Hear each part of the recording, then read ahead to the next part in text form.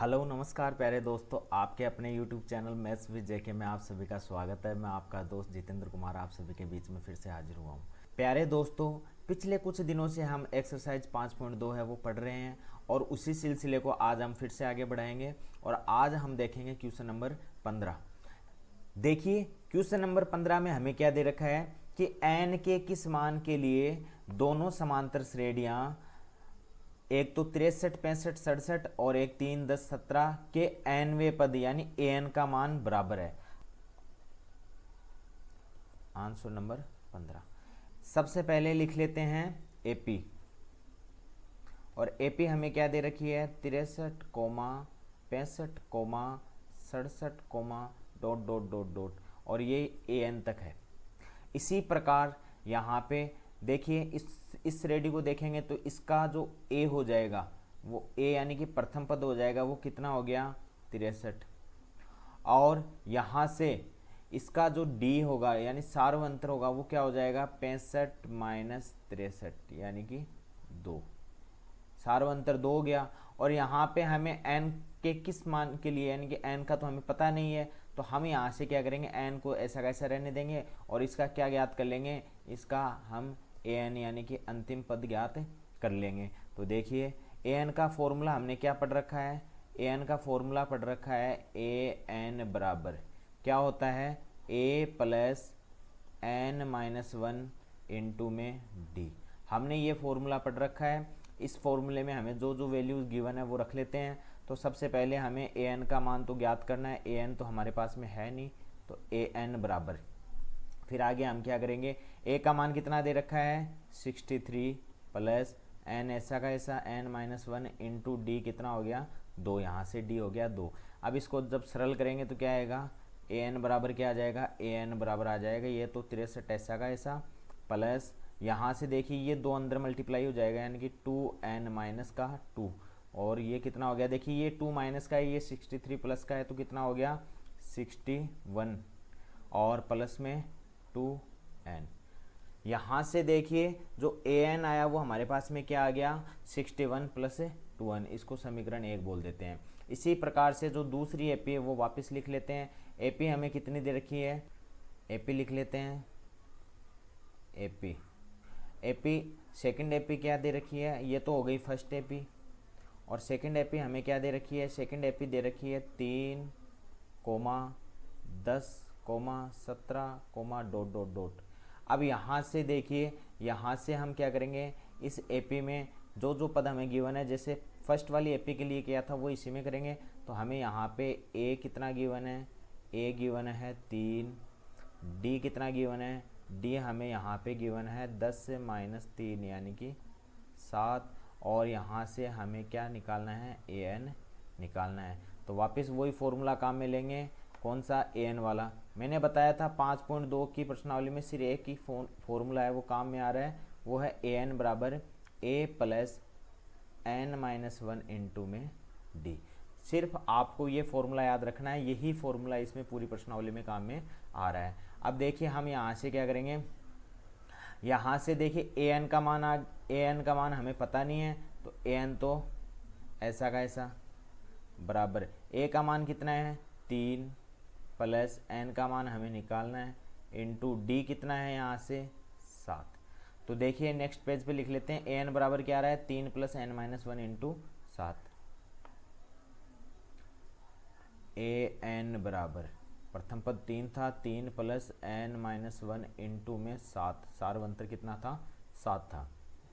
अब अगर अपन इसको सरल करें तो देखिए an के बराबर में क्या आ जाएगा, an बराबर आ जाएगा 3 प्लस ये 7 अंदर गुणा होगा तो कितना आएगा 7n माइनस का, ये इससे मल्टीप्लाई होगा तो 7। अब यहाँ पे देखिए ये 3 प्लस का है, ये 7 माइनस का तो कितना हो गया, ये तो बच गया 7n और यहाँ से ये हो गया माइनस का 4, इसको बोल देंगे समीकरण 2। अब देखिए ये भी an का मान है और यहाँ पे देखिए ये समीकरण 1 ये भी an का मान है। देखिए तो दोनों an के मान है तो हम क्या करेंगे, हम एक लाइन लिख देंगे, क्या लिखेंगे समीकरण 1 व समीकरण 2 से ए एन का मान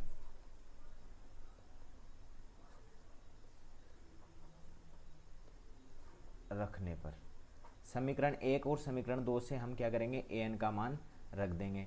तो देखिए समीकरण 1 से देखेंगे ए एन का मान कितना है, ए एन का मान कितना है, ए एन का मान है 61 + 2n। क्योंकि हमें स्टार्टिंग में क्या दिया गया था कि दोनों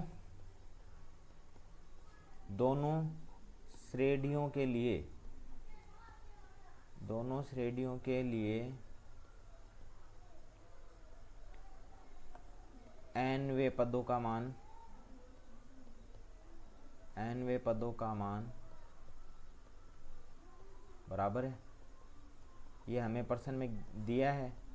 देखिए यहाँ से देखिए प्रश्न में, देखिए प्रश्न हमें दे रखा है कि n वे पद बराबर हैं, यानी जो nवा पद है वो बराबर है, इसलिए हम ये क्या लिख देंगे कि n वे पद बराबर है, यानी कि an के मान हम लिख देंगे। तो समीकरण 1 से क्या था, an का मान क्या था, an का मान था 61 + 2n, ये तो समीकरण 1 का मान है बराबर।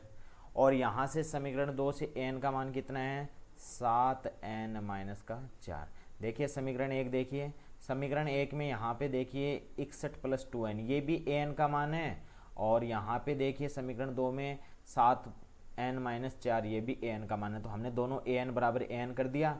अब इसको सरल करेंगे तो क्या करेंगे, n का पद एक तरफ और नंबर्स एक तरफ। तो यहाँ पे देखिए ये 7n बड़ा है, तो हम क्या करेंगे, इस 7n की तरफ ही 2n को लेके जाएंगे। तो क्या आएगा, 7n - 2n बराबर, और इसको इधर लेके जाएंगे तो क्या हो जाएगा, 61 + 4 कितना हो गया, 65। यहाँ से इसको घटाएंगे तो कितना आएगा, 5n = 65। तो n बराबर कितना आ जाएगा, n बराबर आ जाएगा 65/5। तो कितना हो गया, 13 × 5 = 65। यानी कि हमारे पास में यहाँ से n का मान कितना आ गया, n का मान आ गया, n बराबर आ गया 13। तो n का हमसे क्या पूछा था कि n के किस मान के लिए, तो हम बोल देंगे n के, हम बोल देंगे n के 13वें पद या मान के लिए, पद या मान के लिए an बराबर होंगे। यानी कि n बराबर 13 के लिए, यानी कि जो 13वें पद हैं, दोनों श्रेणियों के जो 13वें पद हैं वो आपस में क्या होंगे, बराबर होंगे। अगला प्रश्न देखते हैं। अगले प्रश्न में हमें क्या दे रखा है कि वह एपी ज्ञात कीजिए जिसका तीसरा पद 16 है और सातवां पद 5वें पद से 12 अधिक है। तो यहाँ से देखिए, यहाँ से हम क्या देखेंगे कि हमें एपी का पता नहीं है, पर हमें एक कंडीशन दे रखी है कि जो एपी है उसका जो तीसरा पद है यानी कि A3 वो कितना दे रखा है, 16। और हमें आगे एक कंडीशन और दे रखी है, पर उससे पहले हम क्या A3 को क्या लिख सकते हैं, मैंने बताया था जब भी आपके दिमाग में A3 आए तो A3 आते आपके दिमाग में आ जाना चाहिए कि A और D के पदों में इसको कैसे तोड़ सकते हैं, A + 2D, और A + 2D का मान कितना दे दिया हमें, 16। ये हो गया समीकरण 1। ठीक है, अब यहाँ से देखिए दूसरा हमें क्या बोल रहा है कि सातवां पद 5वें पद से 12 अधिक है। तो इसके लिए ये कंडीशन लिख लेते हैं, क्या सातवें पद को क्या बोल सकते हैं, A7 और माइनस A5, पांचवा पद को क्या बोल सकते हैं, A5 और बराबर में 12। देखिए दोनों पदों का अंतर कितना आ रहा है, 12। जब भी कम अधिक ये सब आए तो इसका मतलब क्या होता है, अंतर होता है। तो यानी कि सातवां पद है वो 5वें पद से कितना अधिक है, 12 अधिक है। ठीक है, अब आगे देखते हैं। सातवें पद को हम क्या लिख सकते हैं, सातवें पद को लिख सकते हैं A + 6D और माइनस कोष्टक लगा लेंगे। इसको A5 को क्या लिख सकते हैं, A + 4D और बराबर में 12। जब इसको सरल करेंगे तो ये तो हो जाएगा A + 6D माइनस ये क्या हो गया A, और ये भी माइनस प्लस क्या हो गया, माइनस का 4D और बराबर में 12। देखिए A प्लस का है और A माइनस का कैंसिल हो गया, तो यहाँ से क्या बचेगा, 6D माइनस का 4D बराबर में 12। अब हमें देखिए 6d प्लस का है 4d माइनस का, तो क्या हो गया 2d बराबर 12। तो हम यहाँ से d बराबर क्या लिख देंगे, d बराबर लिख देंगे 12/2 यानी कि 6। तो यहाँ से d का मान क्या आया, यहाँ से d बराबर आ गया 6। अब हमारे पास में अगर d का मान आ गया तो हम यहाँ से a का मान भी निकाल सकते हैं। a का मान कैसे निकालेंगे, d का मान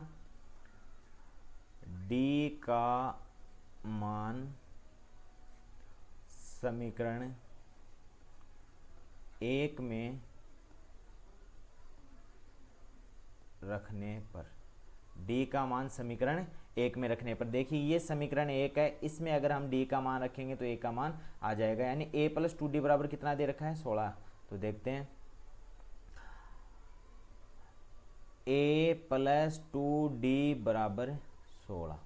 यहाँ से हम a तो ऐसा का ऐसा प्लस 2 इंटू डी का मान, देखिए d का मान कितना आया था, d का मान आया था 6, तो वो 6 रख देते हैं। तो यहाँ पे रखेंगे 6 और बराबर में 16। तो यहाँ पे देखिए ये a तो ऐसा कैसे रह जाएगा, a प्लस 6 दूनी 12 बराबर 16। देखिए 6 दूनी 12 हो गया बराबर में 16। तो अब हमें तो a का मान चाहिए, तो a बराबर इस 12 को इधर भेज देंगे, तो ये हो जाएगा 16 माइनस 12 बराबर 4। यहाँ से देखिए दोस्तों हमारे पास में a का मान कितना आ गया, a का मान आ गया 4। और हमने पीछे वाले पेज पे निकाला था d का मान कितना निकाला था 6। a और d का मान आ गया। अब हमसे कोई सा भी पद पूछ ले हम बता सकते हैं। तो क्या बोल रहा है ये, वह AP ज्ञात कीजिए। अब AP ज्ञात करनी है तो AP आसानी से ज्ञात कर सकते हैं। जब हमारे पास में a और d का मान होता है तो हम AP आसानी से ज्ञात कर सकते हैं। कैसे कर सकते हैं दोस्तों, AP को हम क्या लिख सकते हैं, मैंने आपको AP लिखने का तरीका बताया था।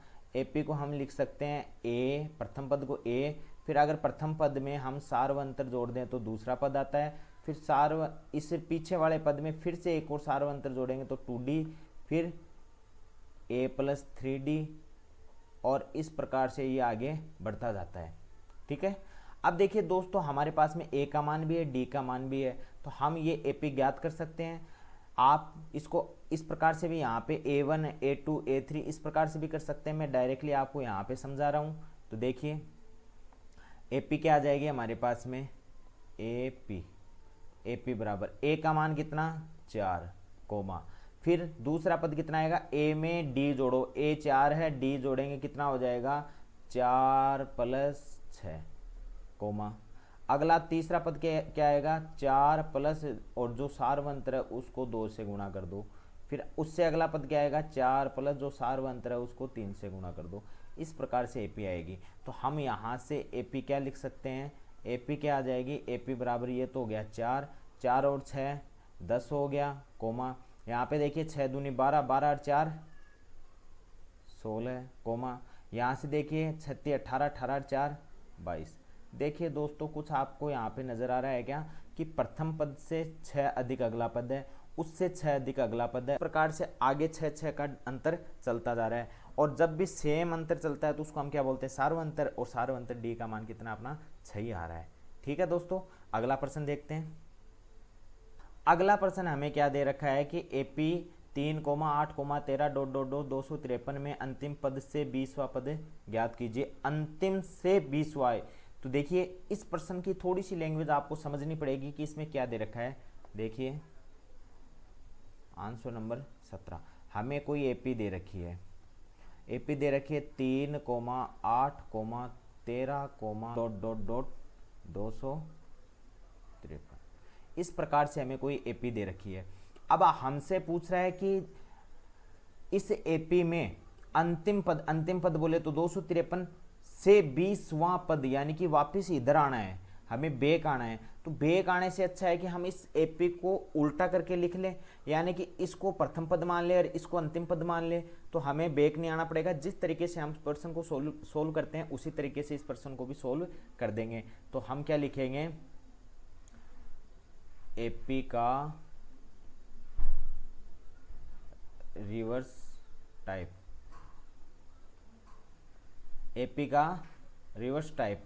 ठीक है, तो देखिए AP का रिवर्स टाइप क्या हो जाएगा, जो अंतिम पद था वो तो हो जाएगा प्रथम पद, तो AP क्या हो जाएगी अपनी 253 कोमा। अब यहाँ से देखिए कितने का अंतर चल रहा है, 3 में 5 जोड़ने पे 8 आ रहा है, फिर 5 जोड़ने पे 13 आ रहा है, इस प्रकार से चल रहा है ना। तो हम चाहें तो इसमें से 5 कम कर सकते हैं, तो दूसरा पद क्या आ जाएगा, 5 जैसे ही कम करेंगे तो 253 से 5 कम करेंगे तो 248 डॉट डॉट, बस ज़्यादा नहीं निकालेंगे और फिर जो हमें पद दे रखे हैं वो लिख देंगे 13,8,3, ये लिख दिया दोस्तों।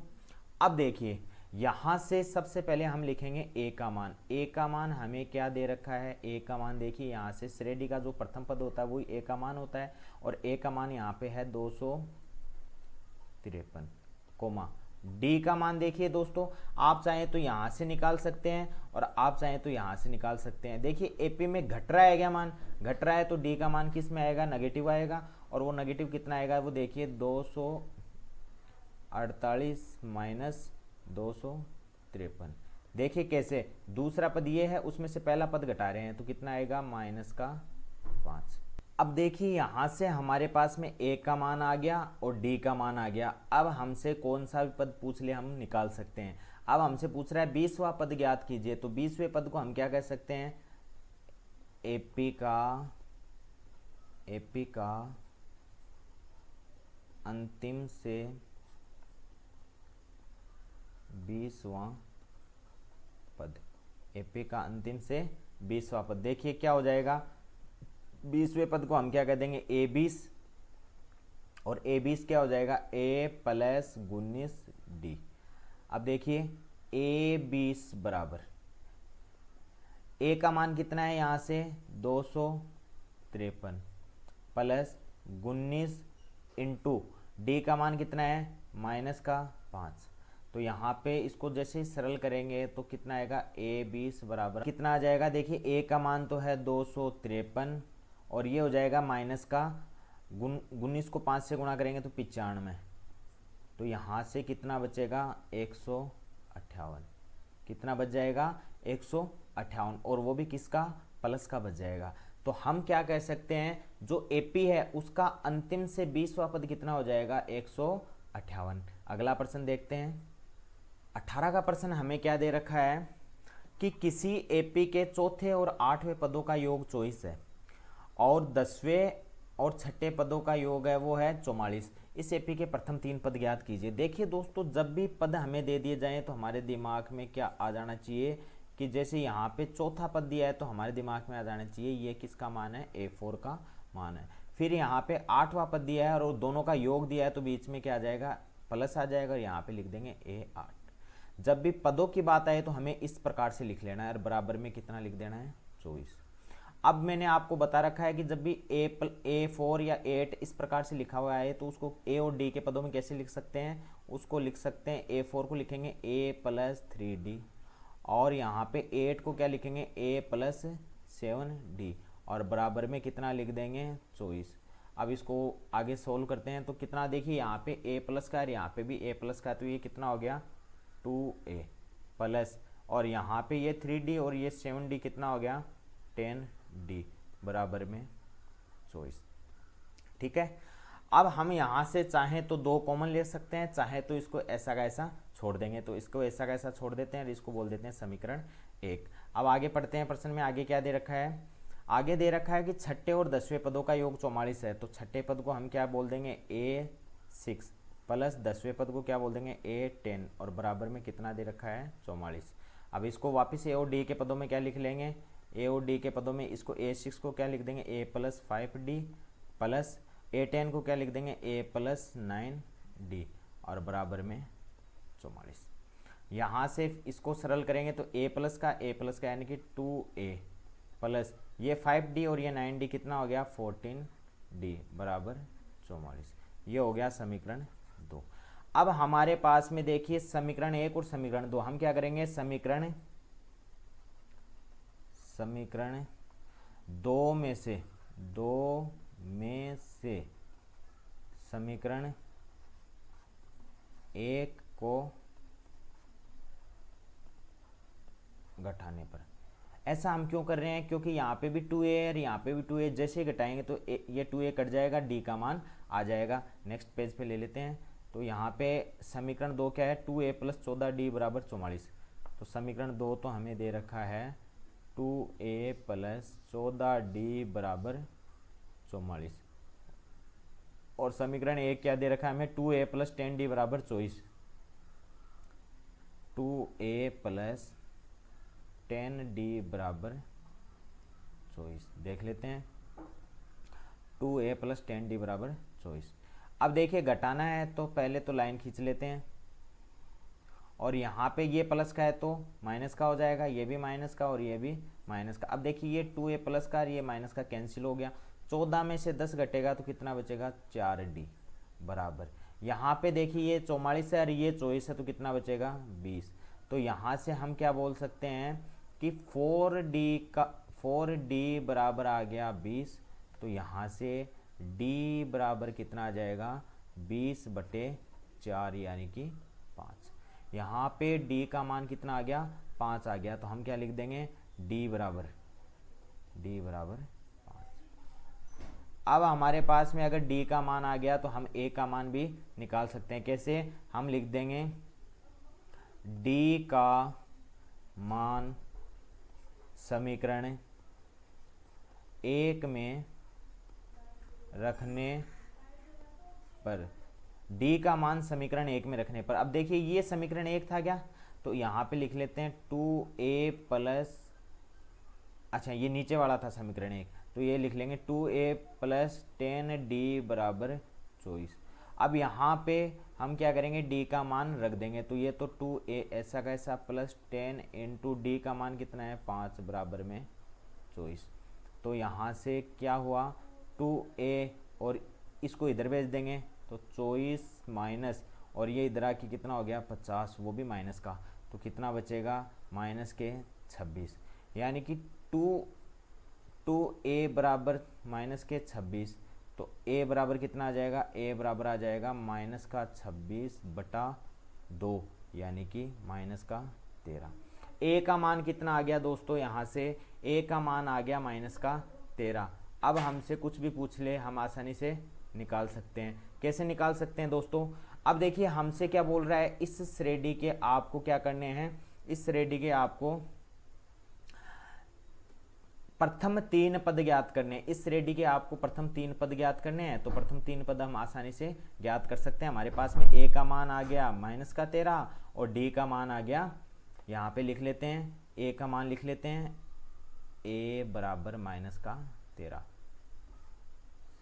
a का मान -13 है, d का मान 5 है। तो अब हम आसानी से इसके पद निकाल लेंगे। तो नेक्स्ट पेज ले लेते हैं। अब देखिए प्रथम पद को बोलते हैं a1, और a1 का मान हमारे पास में कितना है, माइनस का 13। a1 बोल दो चाहे a बोल दो, वो तो आ गया माइनस का 13। फिर a2 देखते हैं, a2 को हम क्या लिख सकते हैं, a + d। a का मान आया माइनस का 13 और d का मान आया था प्लस का 5। देखिए यहाँ पे देखिए d का मान अभी हमने लिखा है, d का मान आया था प्लस का 5। तो देखिए ये माइनस का 13 और ये प्लस का 5 कितना बच जाएगा, माइनस का 8। फिर a3 लिखेंगे, a3 बराबर क्या होगा, a + 2d। यहाँ से a का मान माइनस का 13 प्लस 2 × d का मान 5, तो कितना हो गया, माइनस का 13 प्लस का 10 बराबर में माइनस का 3। तो AP के हम यहाँ पे क्या लिख देंगे, AP के प्रथम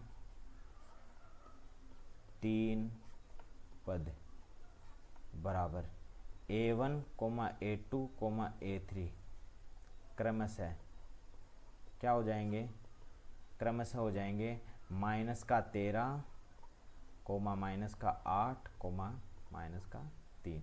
ये तीनों पद हो गए यहाँ पे। तो AP क्या हो जाएगी, AP हो जाएगी माइनस का 13, माइनस का 8, माइनस का 3। माइनस का 3 आया। ठीक है दोस्तों, अगला प्रश्न देख लेते हैं। अगला प्रश्न बड़ा ही शानदार प्रश्न है और एकदम इजी प्रश्न है। क्या दे रखा है कि सुब्बा राव ने 1995 में 5,000 रुपये में के वेतन में वो कार्य करना आरंभ किया और प्रत्येक वर्ष उसमें 200 रुपये का इंक्रीजमेंट हुआ, यानी कि उसके वेतन में कितना हो गया, 200 रुपये की वृद्धि हो गई।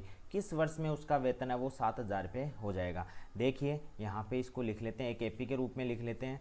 एपी के रूप में कैसे लिखेंगे कि स्टार्टिंग में उनको वेतन मिला था 5,000 रुपये, फिर अगले वर्ष यानी कि 200 रुपये बढ़ के मिला तो कितना मिला 5200 रुपये, फिर उससे अगले वर्ष 200 रुपये फिर बढ़ के मिला तो कितना मिला 5400 रुपये, और एक समय ऐसा आया जब उनका वेतन कितना हो गया 7,000 रुपये। अब देखिए दोस्तों ये एक प्रकार की एपी बन गई। अब हम यहाँ से क्या क्या लिख सकते हैं, ए का मान लिख सकते हैं, ए का मान ये कितना हो गया 5,000 रुपये। यहाँ से हम डी का मान लिख सकते हैं, कैसे लिख सकते हैं 5200 में से और 5,000 घटा देंगे कितना आ जाएगा डी का मान 200, यानी कि अगले पद में से पिछला पद हमने घटा दिया। यहाँ पे देखिए अंतिम पद ए एन का मान कितना दे रखा है 7,000 रुपये, ये देखिए यहाँ पे अंतिम पद दे रखा है और हमें यहाँ पे फाइंड क्या करना है एन का मान फाइंड करना है। अब देखिए दोस्तों यहाँ पे एक फॉर्मूला काम में लेते हैं हम। फॉर्मूला मैंने बताया था, इसमें ए की फॉर्मूला काम में आने वाला है ए एन बराबर ए प्लस एन माइनस 1 इंटू में डी।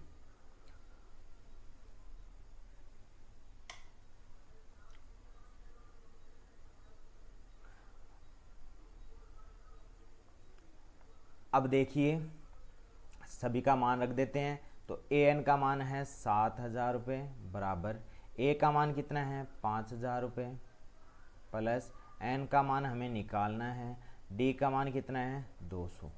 अब देखिए इस 5,000 को हम इधर भेज देंगे तो ये कितना हो जाएगा, ये तो बच गया एन माइनस 1 इंटू में 200 बराबर, और ये हो गया 7,000 तो पहले से था इधर, और ये 5,000 इधर चला गया तो कितना है 5,000 माइनस का, तो कितना बच गया 2,000। अब हमें एन वाला पद तो रख लेंगे, यानी कि एन माइनस 1 तो रख लेंगे और इसको इधर भेज देंगे, तो 2,000 और बट्टा ये गुणा में था इधर आके भाग में, 2 जीरो से 2 जीरो और 20 में 2 का भाग 10 बार, तो यहाँ से देखिए दोस्तों क्या आ गया एन माइनस वन बराबर कितना आ गया 10 आ गया, तो n का मान कितना आ जाएगा n बराबर आ जाएगा 10 प्लस 1 यानी कि 11। तो यहाँ से हम क्या कह सकते हैं कि n का मान कितना आया 11, यानी कि जो सुब्बा राव जी हैं उनका 11वें वर्ष का जो वेतन है हम क्या लिखेंगे सुब्बा राव का 11वें वर्ष का वेतन 7,000 रुपये होगा। कौन से वर्ष का होगा 11वें वर्ष का वेतन कितने रुपए हो जाएगा 7,000 रुपये। देखिए हमने यहाँ पे क्या किया, सबसे पहले हमें ये कंडीशन दे रखी थी, वो कंडीशन के अकॉर्डिंग हमने एक एपी बना ली, फिर हमने यहाँ से ए का डी का और एन का मान निकाल लिया एपी से, और एन हमें ज्ञात करना था तो ये फॉर्मूला लगाया और इस फॉर्मूले से हमने क्या कर दिया एन का मान निकाल लिया, और एन का मान कितना आया 11। ठीक है, अब नेक्स्ट प्रश्न देखते हैं। नेक्स्ट प्रश्न हमें क्या दे रखा है कि रामकली ने किसी वर्ष के प्रथम सप्ताह में 50 रुपये की बचत की और फिर अपनी साप्ताहिक बचत 17.5 रुपये बढ़ाती गई। यदि nवें सप्ताह में उसकी साप्ताहिक बचत है वो 207.50 रुपये हो जाती है तो n का मान ज्ञात कीजिए। सेम सुब्बा राव जी वाला प्रश्न है, वो ही प्रश्न ये है। तो आंसर नंबर 20। देखिए मान लेते हैं एपी बना लेते हैं। एपी में क्या स्टार्टिंग में उन्होंने कितने रुपए बचाए 50 रुपये, फिर अगले सप्ताह कितने रुपए की बढ़ोतरी कर दी 17.5 रुपये की बढ़ोतरी और कर दी तो कितना हो गया 67.5। ठीक है, फिर अगले सप्ताह उन्होंने फिर और 17.5 रुपये की बढ़ोतरी कर दी तो कितना हो गया 85 रुपये। देखिए कैसे 17 रुपये जोड़ेंगे 67 में तो 7 जोड़ेंगे तो 74, 10 जोड़ेंगे तो 84 और 0.5 था और 0.5 और जोड़ लिया, डॉट डॉट डॉट डॉट, और एक समय ऐसा आया जब उनका जो बचत था वो कितना हो गया 207.50 रुपये। अब यहाँ से एक एपी बन गई। अब इस एपी से हम ए का मान लिख लेंगे, ए का मान कितना आया 50, डी का मान लिख लेंगे, डी का मान कितना आया 67.5 माइनस का 50 बराबर कितना आ गया 17.5, और यहाँ से हमें ए एन का मान कितना अंतिम पद कितना दे रखा है 207.50, और हमें ज्ञात क्या करना है, n का मान। तो n का मान क्या लिख लेंगे, n का मान हमें ज्ञात करना है। अब यहाँ से मैंने बताया था सबसे पहले जब भी इस प्रकार की कोई तीन चीज़ दे दे, चौथा चीज़ हमसे पूछे तो हमें क्या लगाना है, n वाला फॉर्मूला लगाना है, an वाला। तो an बराबर है a plus n minus one into में d, ये फॉर्मूला हमें काम में लेना है। अब इस फॉर्मूले में सारी वैल्यू है वो रख देंगे। तो an का मान तो कितना 207.50 बराबर a का मान कितना है, a का मान है 50 plus n minus one into D का मान कितना है 17.5। अब देखिए इस 50 को इधर भेज देंगे तो ये कितना हो जाएगा, ये बच गया यहाँ पे n माइनस वन और इंटू में 17.5 और बराबर में कितना हो गया 207.5। जीरो को हटा सकते हैं, दशमलव के बाद में जीरो का कोई महत्व नहीं होता है, तो इस जीरो को हटा भी सकते हैं, लिख भी सकते हैं। फिर यहाँ पे क्या लिखेंगे, ये देखिए इसको इधर लेके जाएंगे तो माइनस का हो गया 50 बराबर में। अब देखिए 200 में एक बार आप इसको मान लीजिए ये 200 है, तो 200 में से 50 घटाएंगे तो कितना बचेगा 150, और फिर आगे जितना इसको भूले थे 7.5 को उसको वापस ऐड कर देते हैं, तो ये कितना हो जाएगा 157.50, यानी कि हमारे पास में n माइनस वन इंटू 17.5 बराबर में 57.5, जीरो हटा देंगे, ये बच गया। अब देखिए यहाँ से हमें n माइनस वन तो रख लेंगे, n वाला पद तो रख लेंगे और इसको इधर भेज देंगे। तो आगे लिख लेते हैं, क्या आएगा n माइनस वन बराबर यहाँ था 157.5 और यहाँ जो गुणा में 17.5 था उसको बट्टा में भेज देंगे। देखिए यहाँ पे ये 17.5 गुणा में था तो इसको यहाँ भाग में भेज देंगे। तो अब देखिए दशमलव से दशमलव कैंसिल हो जाएगा, तो इसको क्या लिख सकते हैं 1575 बट्टा में 175। और जब 1575 में 175 का भाग देंगे तो यहाँ पे कितनी बार जाएगा 9 बार जाएगा। तो हम यहाँ पे क्या लिख सकते हैं n माइनस वन बराबर आ गया 9। तो देखिए n का मान कितना आ जाएगा, n बराबर आ जाएगा 9 प्लस 1 बराबर में 10। तो यहाँ से n का मान क्या आ गया दोस्तों, यहाँ से n का मान आ गया 10। तो हम क्या कह सकते हैं कि जो रामकली थी उसके रामकली की 10वें सप्ताह की बचत वो कितनी हो जाएगी 207.50 रुपये। आई होप आपको ये प्रश्न समझ में आया होगा। दोस्तों हमने इसमें क्या किया था, एक बार इसका रिव्यू कर लेते हैं। देखिए यहाँ से हमें क्या बोल रखा था कि कोई रामकली नाम की महिला है और वो महिला क्या है कि बचत करती है। तो उसने क्या किया कि 50 रुपये की बचत से स्टार्टिंग करी। उसने पहले सप्ताह में 50 रुपये बचाए और एक समय ऐसा आया जब उसने 207.5 रुपये है वो बचाने शुरू कर दिए, यानी कि हर बार वो बढ़ाती गई, यानी कि पहले 50 रुपये बचाए, फिर 67.5 बचाए, फिर 85 बचाए, ऐसे बढ़ाते बढ़ाते एक समय ऐसा आ गया जब उसने अपनी बचत है वो कितनी कर ली 207.50 रुपये कर ली। तो हमसे पूछ रहा है कि वो कौन सा सप्ताह है जिसमें उसने अपनी बचत इतने रुपए कर ली। तो हम क्या कह देंगे कि वो 10वां सप्ताह है। n का मान निकाला, n का मान क्या आया 10।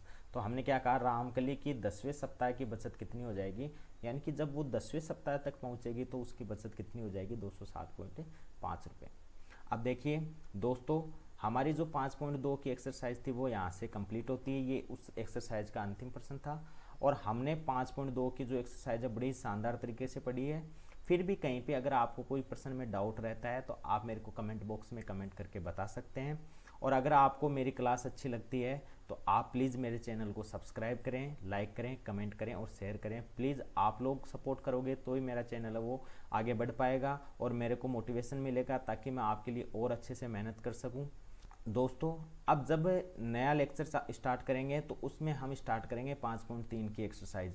मैं हमेशा की तरह आपको फिर से एक ही बात बोलूँगा कि आप 5.3 की एक्सरसाइज पढ़ने से पहले एक बार सेल्फ स्टडी करके आएँ ताकि आपको पता रहे कि हम आज क्या पढ़ने वाले हैं। जब भी मैं उसको एक्सप्लेन करूँ तो आपको बेटर तरीके से वो बात समझ में आ सके। क्या दोस्तों मिलते हैं अगले वीडियो में, तब तक के लिए गुड नाइट, शुभ रात्रि।